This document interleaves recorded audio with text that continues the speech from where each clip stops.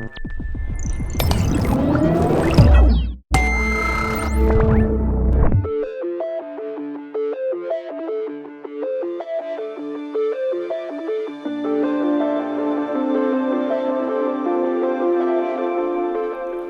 to the Fully Charged Show podcast. Now, on this episode, we focus on vehicle to grid. Who, how, where and when. Now, we spoke about this on day 2 at Fully Charged Live 2019, held at the Silverstone Motor Racing Circuit in the United Kingdom. I was joined in the Giga Theatre with top panellists Tom Pakenham from Kaluza, Simon Daniel from Moixa, and finally Robin Berg from We Drive Solar. Now, a couple of things to point out. The audio of 2 of our panellists, well, it was not the best audio quality. Our producer Ben has tried to recover the audio as best he can, so he sends his apologies if the levels are slightly off. We've done everything we can to make it super audible. Now, with all this in mind, we actually almost canned this talk. We just thought we can't put this out, it's just not clear enough. But I believe the content is so good, it would be a shame not to release it to the over 20,000 people we have on this podcast. So please forgive us if it's not up to its normal crispy, super crisp, super dulcety tones of audio excellence. Right, enough disclaimers, on with the show.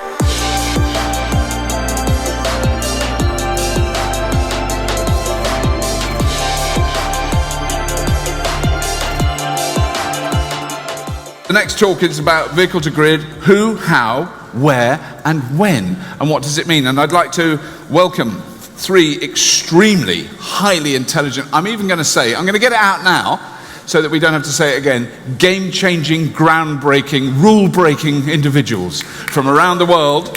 So please welcome on the stage Tom Pakenham from Kaluza, Simon Daniel from Moixa and Robin Berg from We Drive Solar. Let's break some ground. Thank you. Well done. Thank you. We were just discussing before we came on about cliches that are often used, like game changer. I thought if we get them out now, then we don't have to use them. But you can slip in a quick game changer. So, Tom, let me start with you. So you now work for Kaluza, but you did work for OVO Energy, or work with them. It's all part of the same group. It's all part of the same group, isn't it? Yeah. Exactly. But vehicle to grid. The notion of it that I get is you can put electricity into your car, but you can also take it out. So that's as far as I've got. So can you can you take it to the next level?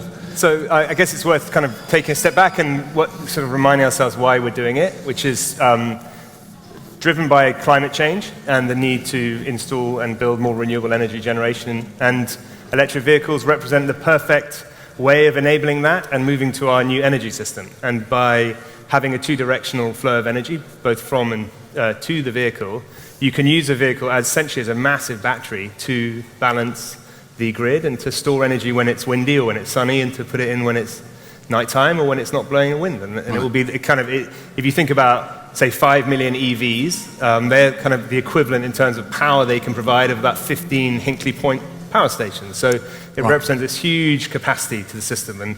And it's very early days in starting V2G, but we're just starting to roll them out. We've installed, I think OVO's scheme is the largest domestic vehicle-to-grid program in the world already, and we're going to install 1,000 of them in the next year or so. Right. It's very exciting, and if you want to get a vehicle-to-grid charger, you can get one for free with OVO, and use your car to power the grid and export energy back to the grid and sell it. Right. Wow. Because I mean, that is, I was going to say, one of the things was when I first saw a V2G unit, which was actually in Tokyo, right. I was told how much it cost. This is probably 3 years ago. It was incredibly expensive. I mean, you know, and you thought, oh, I see. So it's really for kind of businesses and big industrial sites to put in. But the cost of them has come down then.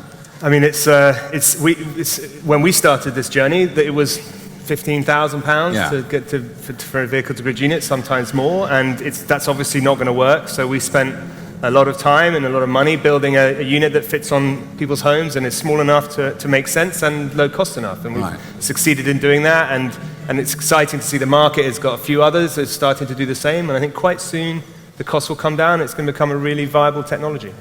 So Simon, now Moixa, I know I've had a lot to do with you. So you've got a stand here. You do batteries and solar and all that. So, but V2G, I didn't realise was in your remit or starting to be in your remit. So Moixa makes batteries and smart charges them, which is the same technology we use to smart charge electric vehicles, which are batteries on wheels. Yeah. So it makes sense. That's what you're doing. And we've got a lot of experience of managing lots of fleets of vehicles, both here in the UK and Japan, to work with householders and suppliers and the grid to lower costs. And as Tom mentions, electric vehicles, there's about 200,000, which is 6 gigawatt hours of batteries already in the UK fleet. Right. And that will rise to around 800 gigawatt hours of batteries. Right. So we need all of that in the future to store the nation's wind and solar to keep the whole country running on low carbon. And UK is very unusual because it is an island.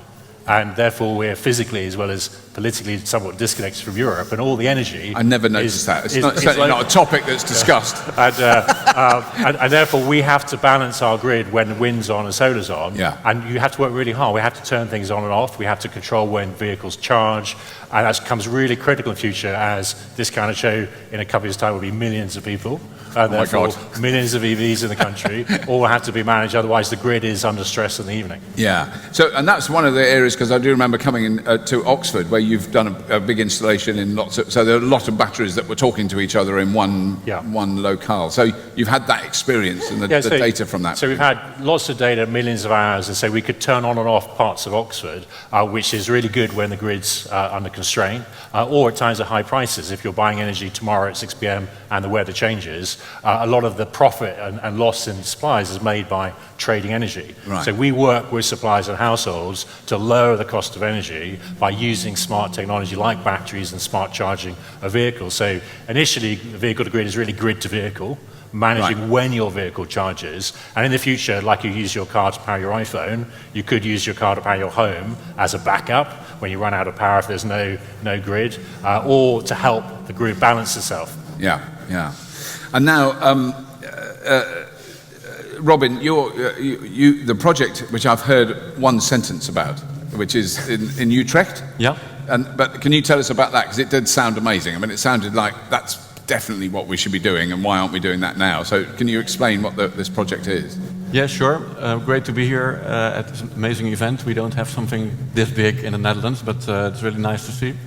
I've come up here from Utrecht. We have a car sharing project, fully electric, with 70 cars now in operation in Utrecht and Amsterdam region.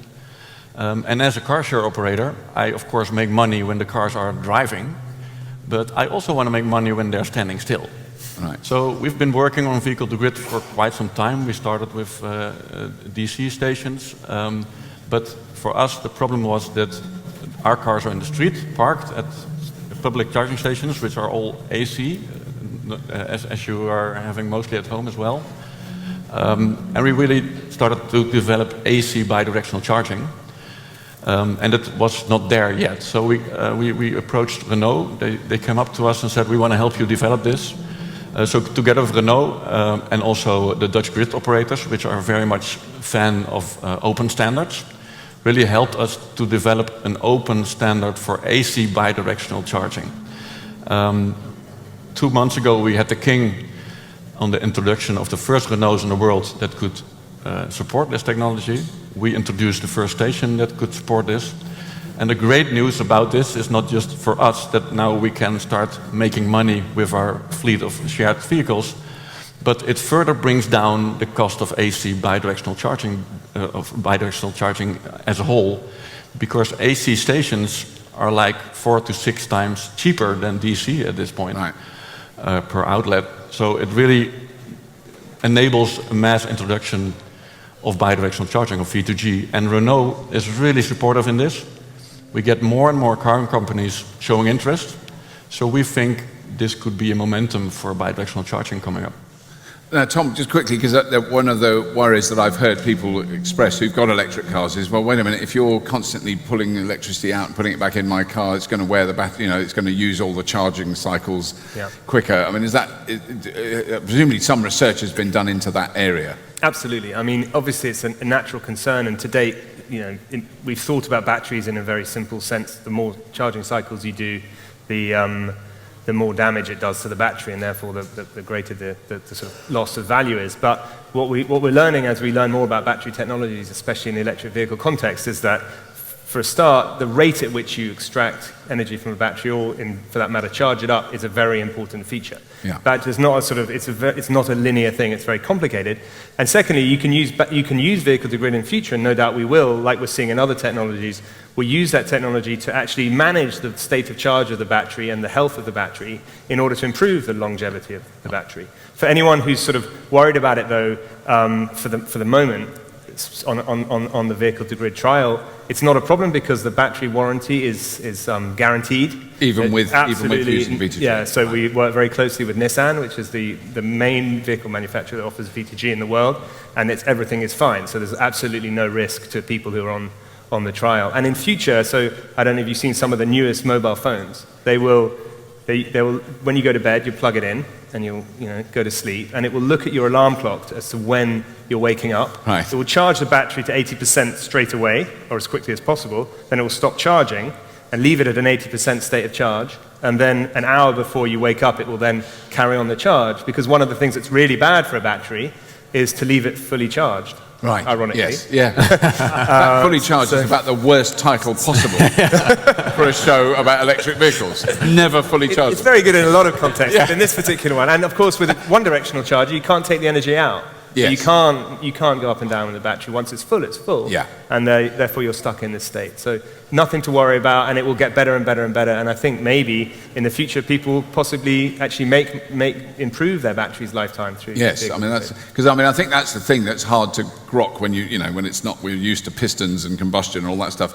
But when you put your foot hard down in a Nissan Leaf, you're pulling more than 5 kilowatts out of the battery. A lot, yeah. A lot more. Yeah. And presumably that's roughly the amount you're putting in and taking out of a car with a V2G unit. Yeah, absolutely, exactly. We charge at anything between sort of 1.5 kilowatts and 6. Right. So that's the kind of rate of charge. And yeah, I mean, there's a reason why Tesla, for some period of time, limited is it ludicrous or ridiculous? I always forget. Ludicrous. It is ridiculous, but and also they started to sort of occasionally limit how many fast rapid charging people are doing for that same reason. Yeah.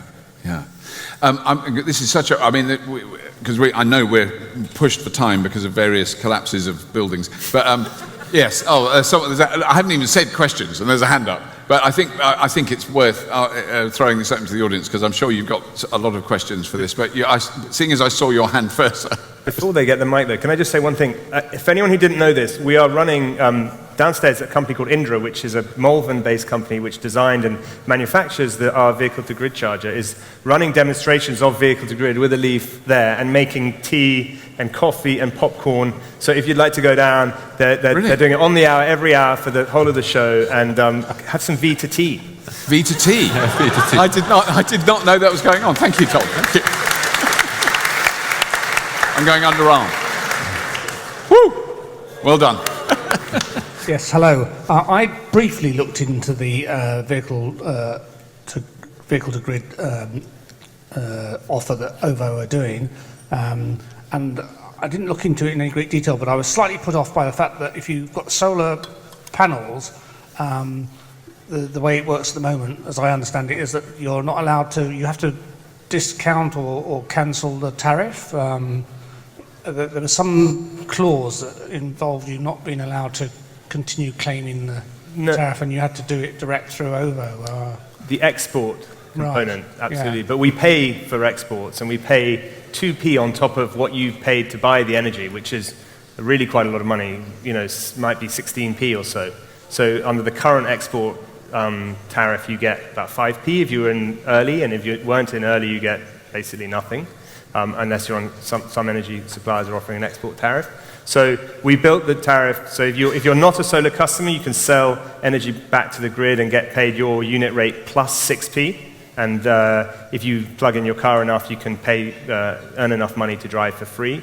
And if you're on solar, we pay your unit rate plus 2p. But you get paid for the solar that you're exporting as well as what you're exporting from your car. The team who's here, we've got a stand at the front. If you give them your details, we can send you the breakdown of how the solar, non-solar product works, and happy to share that with you, and it should work. We had to reduce the rate because otherwise we were going to be bankrupting ourselves paying solar customers for export rather than V2G export. And is the agreement with the vehicle manufacturer still only with Nissan, or can you... At the moment, Nissan's the only company that will guarantee the warranty for vehicle to grid and that has real experience in this and understanding the profiles of the vehicle and stuff. But the next manufacturer most likely will be Mitsubishi, and obviously working with them because they have a CHAdeMO connection, and being part of the same alliance, they have quite a lot of crossover. Obviously, Renault is doing quite a lot of work, but not in the UK yet. And one of the things Robin mentioned about AC bidirectional, which I agree is very exciting, and in the future, if every car is equipped with its own two-directional inverter, that would be really cool. But at the moment, in order to do AC bidirectional, there has to be an inverter somewhere in the chain, and that's currently in the car, so that's not widely available. But I suspect Renault will be the next one. Yeah, Renault will make it available in 1.5 to 2 years in production, so then consumers can get them. We got the first 2 Renaults in the world that can do AC bidirectional, but they were specially made for us.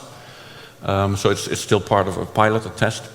They are talking with production now, partners now, to get ready for market in 1.5 to 2 years. And there are also German car makers getting ready for AC bidirectional, coming with cars to the market already next year that can do AC bidirectional. So this is a very interesting trend because then you have the converter in the car, so you don't need a DC fast charging station at your home. And there's an opportunity to look at managing the whole home. So if you've got solar and you've got an EV and you've got a battery, how do you manage all those things well together to use the lowest carbon and lowest price? And so you can take advantage of a time of day tariff, which gives you low prices at night, and then have a solar battery to store your solar to avoid paying peak prices. And so you use all these things together, then you get the best optimal situation. If you give some control back to the supplier, they can use that to control to avoid energy prices when things go negative or positive and energy gets really expensive. And so the household isn't exposed to that, and you can overall jointly save more money. Well, because a quick thing that I meant to ask earlier on is, at the moment, it is only CHAdeMO that we can use in this country for bidirectional charging, but which is ironic because the number of cars with CHAdeMO is reducing, and everything new is being made with CCS. So is that a longer term thing that it could be using CCS? Absolutely. I mean, so Moixa works with Honda, for example, and it's early days, but they're going to do their first vehicle will be CCS, the Honda vehicle, and the standard isn't nearly as developed because they've only been beginning it soon, and the association which does CCS bidirectional work is sort of targeting 2025. Right. But really what you need is a vehicle manufacturer that's prepared to put its neck on the line. That's the first step. And it kind of works both ways. So there's an idea called the negawatt. When you turn something off, it's instead of turning on a power station. So if you slow down the rate of charging of 1 million vehicles, that has quite a lot of the benefits you'll get from future vehicle to grid. The opportunity is if there's $500 billion going into batteries in the UK as we electrify vehicles over the next 20 to 30 years, that's a huge amount of money, but that money needs to work as part of the energy system. Yeah. So any automotive company, so Tesla's losing money on every vehicle they sell because the batteries are quite expensive, but if they make that battery available to grid services, the battery can start making more money to make the overall vehicle cheaper and to make more money for the manufacturer and the end customer. Right. I actually have the first AC bidirectional station in my car with me right now. Right. I will give it to Jim later today to start testing here, because we think it's good to have both DC fast charging bidirectional and standard charging station bidirectional technologies, so you can equip all demand in the market and really get it going. Yeah. I think it's probably worth just saying, I mean, this is a V2G panel, so obviously we're talking about V2G, but there's a real rapid growth of smart charging. So for customers of OVO who don't have a V2G, a Nissan Leaf and can't do V2G, there's a smart charger, free smart charger if you sign up to the EV Everywhere tariff. Right. And that smart charger is doing really clever things, responding to grid signals that Simon's talking about, so that it's balanced. You can set it so that if it's if there's a lower carbon generation, so high wind on the grid, you can charge then or slow down if there's more gas, for example, and also use it to balance the grid. So even if you're not a Nissan customer, but you own an EV, you can start to access this clever technology. And that's a home charger like Type 2 connector, so any car can use it. Yeah. Exactly. Right. And I think that's a really important point about what we're doing and what everyone's trying to do here is, for years the energy system was big companies with big power stations, and what we're starting to see is a much more democratic energy system in the future. The digital technology allows that to happen. Solar panels, batteries, smart charger, vehicle to grid, and suddenly everyone can benefit from that. And it's very important that energy suppliers bring products to their customers which allow them to make money from this and to participate in the energy system. Yeah. Another question. This gentleman here, yes, can you with the hat? Can you catch the micro? I can catch it. No, look, it's being look at that. What an amazing audience we have at Fully Charged. So gracious and generous. Thank you, sir. Can you hear me? Yes, we can. Well, it's for Tom. Well knows I sit on international smart grid V2G standards. Just quickly move it so it's right in front of you. So all right. That's better. So everybody can hear you. Standards. You touched on Charin won't have a CCS bidirectional standard for 2025. I work on the successor to OCPP.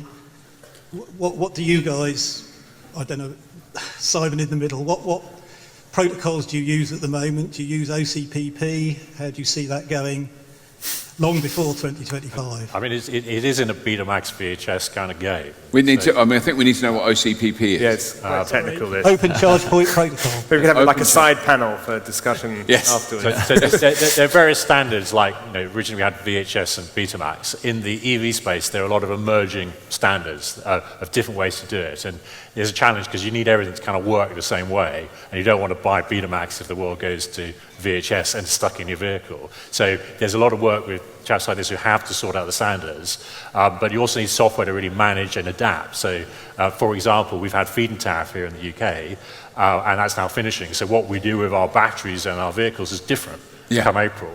Similarly, we work in Japan, and we use the opposite algorithm because you get paid the most to export all your solar.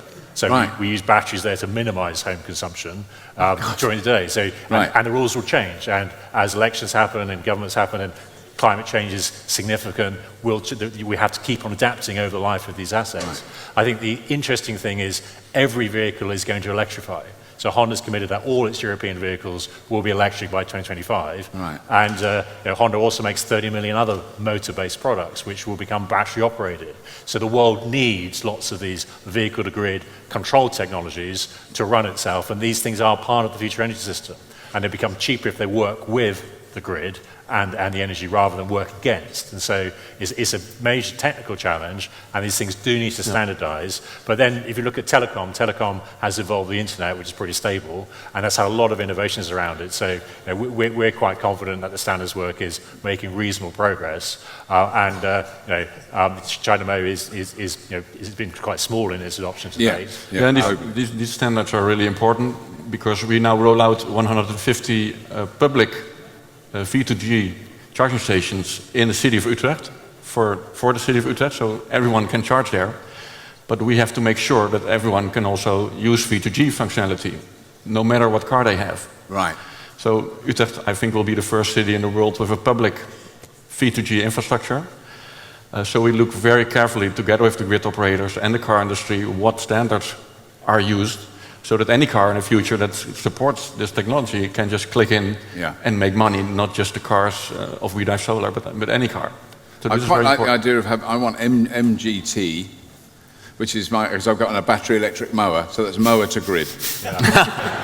In the winter when I'm not mowing, those batteries can be, they're not that big. No, but Honda's your company. Yeah, well, I was just thinking. We're interested in managing all the world's batteries, whether it's a home battery or a battery on wheels or a battery in your bike.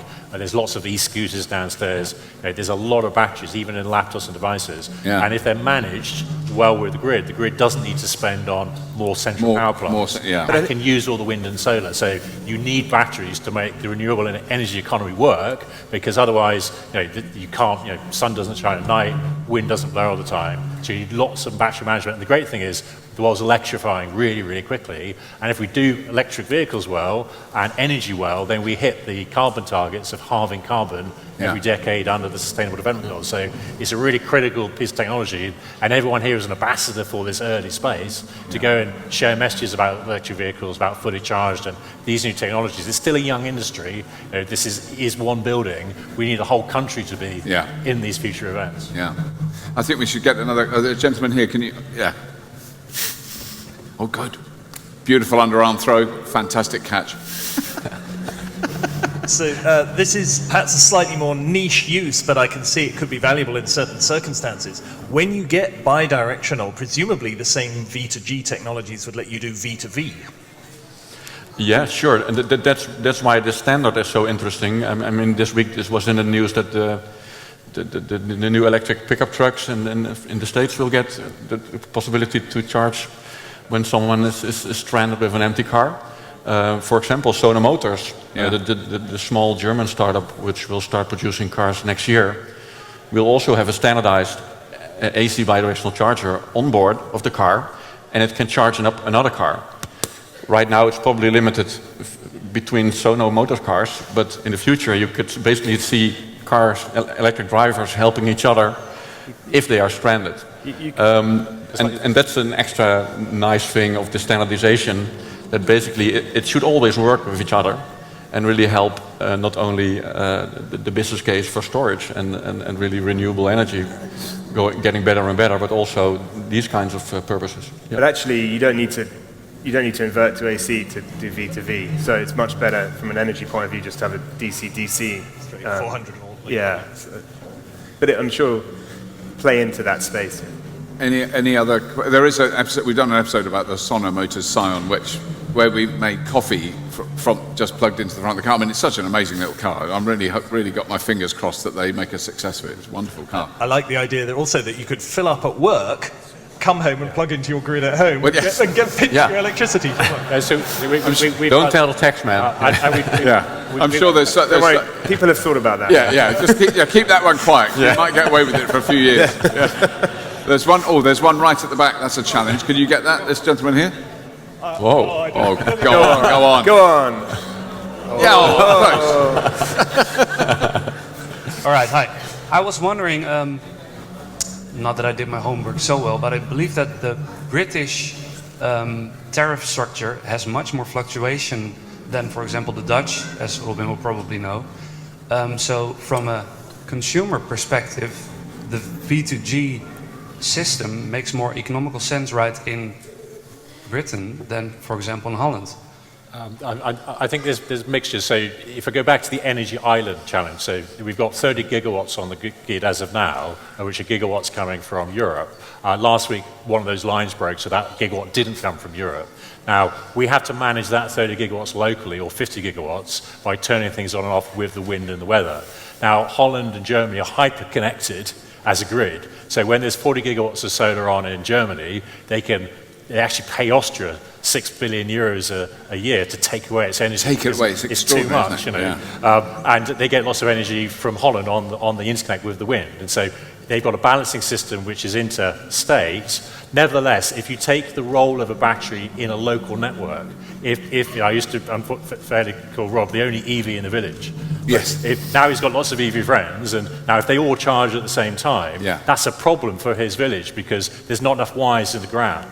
So the government has to spend 8 billion a year updating this, or allow charging to be controlled, because more people adopting EV creates a lot of challenge for local management. And this is the same as a city, as you'll find in Holland, that lots of chargers in the city wasn't designed originally to have lots of very fast chargers and have millions of vehicles charging in that location. So location of use, as well as time of use, becomes really, really important. Whilst as a nation state, Holland can deal with flows by managing its connections, the idea of a virtual power plant is when you aggregate lots of batteries or EVs together and they work like a virtual interconnector. And so that's the opportunity with electric vehicles and batteries, is really to work with the grid and help local charging and help local constraint management. So there's so much here, it's a very big subject. But in terms of this point, location of use, we're about to launch, or hopefully very soon, launching a product for people who have smart chargers and V2G units in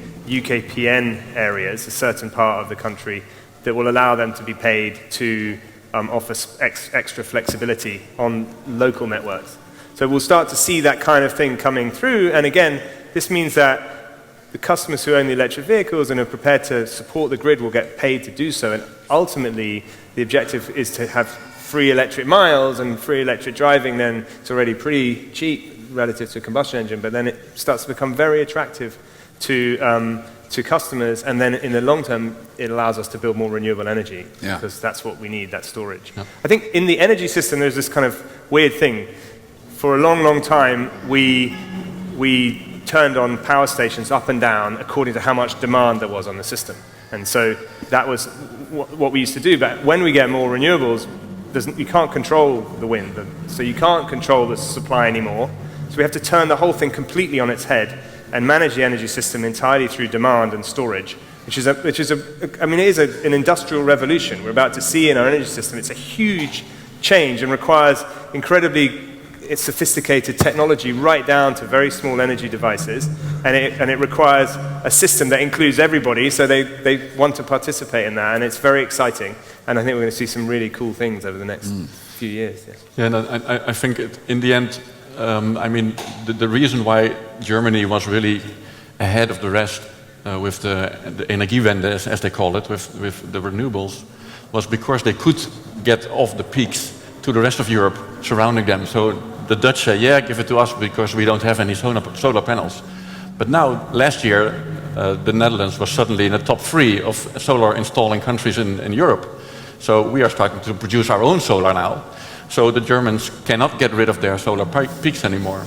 So in the end, I think this car, as a battery on wheels, will become more and more profitable, standing still, not driving. And that's good news for us as a car sharing company, but in the end, I think for all electric drivers and for the transition as a whole, because the business case for driving electric is getting better and better every year. And we've also seen an odd issue in Japan where there's a lot of rural electrification going on, because the distance to drive to a petrol station has been going up 5 miles and 5 miles. It's now 30 to 40 miles to get to a petrol station when you can just fill up at home from a power socket. Wow. So we're seeing, we thought it was just in cities, people are buying electric vehicles in rural because it's closer and greener to get fuel than filling up by driving a long distance away. Wow, that is fascinating. Can we get another question? Because I think one more. Down at the front, please. Yes. Let's start halfway. And you in the green? Go on, give it a go. Go on. Oh, that was so close. So close, unbelievable. This is a question for Robin, Amsterdammer to Utrecht. Given the move to vehicle-to-grid, is Leander going to have to change their charging model in the Netherlands for home connections? Because at the moment, it's a right pain in the... Yeah, Leander, you mean the grid operator, right? Yeah. We work very closely together with the grid operators. In Utrecht, it's not Leander, but it's Stedin, but they are really close working together as well. They really see great benefits, as already mentioned, especially at the local grids.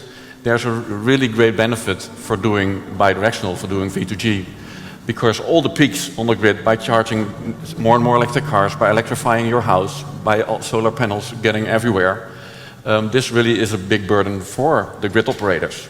And not just in the Netherlands, but everywhere. I mean, I was at the large EVS show in Lyon 2 weeks ago, where Renault presented AC bidirectional charging.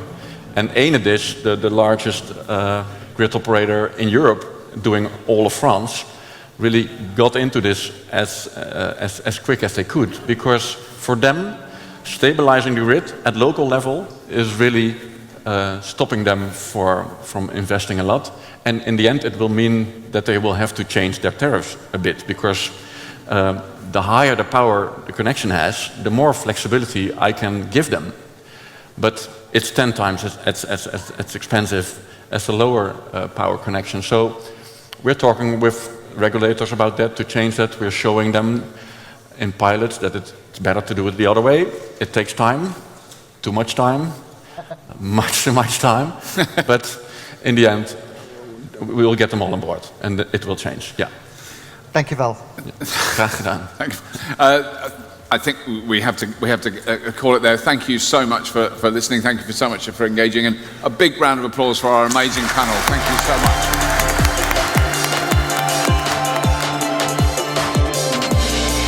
Thank you to our Patreon supporters who were able to gain entry into the Fully Charged Live 2019 show early. And going forward, we're in the process of arranging Patreon-only events. So if you want to be invited to these super secret Patreon-only events, why not consider supporting us? The links for all this are in the show notes. And don't forget, please leave us a 5-star rating and review on your favourite podcast player, as it helps us get discovered by more people and gives us this thing called credibility. We really need that. Basically, I really need that more than anyone else. And finally, don't forget to subscribe to our 2 YouTube channels, which include Fully Charged Regen as well as the Fully Charged Show. And that has all these talks from Fully Charged Live in video form. So if the audio wasn't clear enough, you can probably lip read the people who are speaking. That's it. As always, if you have been, thank you for listening.